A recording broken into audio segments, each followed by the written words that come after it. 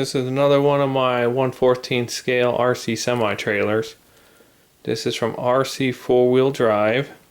It's a Lowboy trailer. It's all aluminum besides these things here. And the steel rims back here. Has removable gooseneck here. It comes off. It slides off. I'll remove it a little bit. Has these extra side wings for wider loads. It puts you out to about 9 inches for a wider load. Sitting down here, all the way to there, it's 22 and a half, a little bit more. Depends how you lay it, tape measure out. The total length of this trailer is around 47, a little bit, 47 and a quarter, maybe a little longer. It's a little less than 4.5. It's about 3 7/8. And these remove off. They just come right off. They pop in here, but they're a real pain in the neck. So if you put them in, it takes a while. I'm going to trim them, so maybe they'll just drop in better. But these things, you have to really pop them in there. It's a pain in the neck. And these are pre-arched. If you look at the trailer itself, let me see if I can get down here somehow so you guys can see. The trailer itself is pre-arched. See the arch in it? It's a pre-arched trailer for load. It's for looks. It probably won't bow that much for real life. So these go in a certain way. These are arched with the trailer. So you have to just look at what side these go on because they arch with the trailer.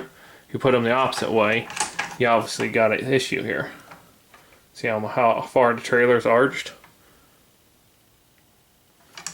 So they go to one side each, so you might want to label them. They're pretty easy to figure out. The lengths here are different. So, and you just put them the archway. I stored them in here in my metal plate, right in there. These all fold back. So I'll fold these back so they don't mess them up. They're aluminum, so you don't want to put too much pressure on them. Alright, get these all folded back. Width is 7 1/4. A little less, but it's 7 1/4.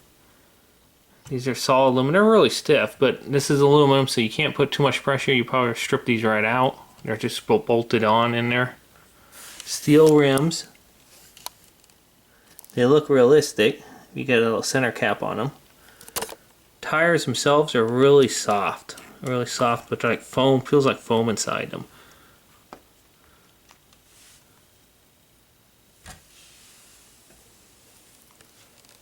Alright, see there's a little screw here. When you move your trailer, when you're towing it, you put this down. This will keep you from pulling apart. So that tightens in there, it holds the neck so it won't pull apart. So you loosen that up.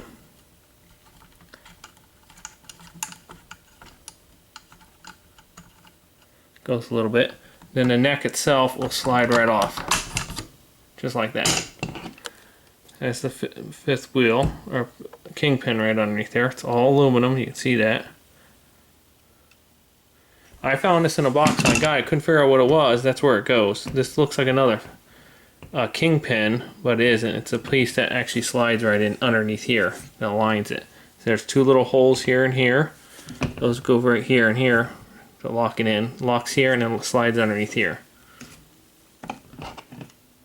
Looks like I'm going to use these holes. They're already pre-drilled in here. I'm going to run my wiring in these holes. They're back here, down here. To make a coupler maybe over here and hooks to the trailer. Then I'm going to run underneath here. Let's see here. That's not much more to talk about on this piece here. I did notice that it has little edges here. If you don't line it up perfectly straight, it binds and it seems not to go together. It's getting stuck because, see, I'm over on the side here. So I'm not quite sure if I'm going to end up cutting this in so that it's a lot easier to couple. So once you line it up, it slides right in. Once you get the trailer lined all up here. I got it on this mat. It's giving me problems. There, I'm off the mat. So now, being off the mat, it'll slide right in. Then you lock it down. So I'm going to do a little fixing on here later on to make this work a lot better. So let's take that off so that's out of my way. And carefully flip this trailer over. It's pretty heavy. It's all aluminum. That's what it looks like underneath. It has all those ribs. These are where the lights go. You just back these screws out. You slide little LED bulbs back in there and the wires come out here. There's a whole bunch of them down here so you can make this trailer look really good at night. Let's get back here. See, there's even ones up here above the tires. They're drilled out already. The holes are right here. See the little brackets? They're even concaved in. Oh, where we are. There, right there. That's where the lights come in at.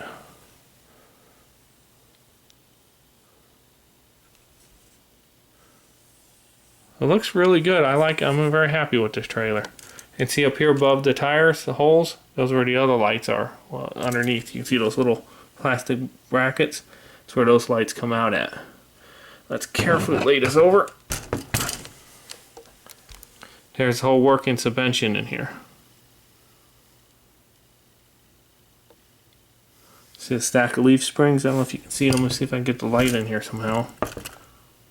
Let's see here. All right, there. You can see there's a stack of leaf springs in there. And these move up and down. See, this trailer I like. They put all nylon nuts on everything, so nothing's going to come apart. There's the back of the trailer.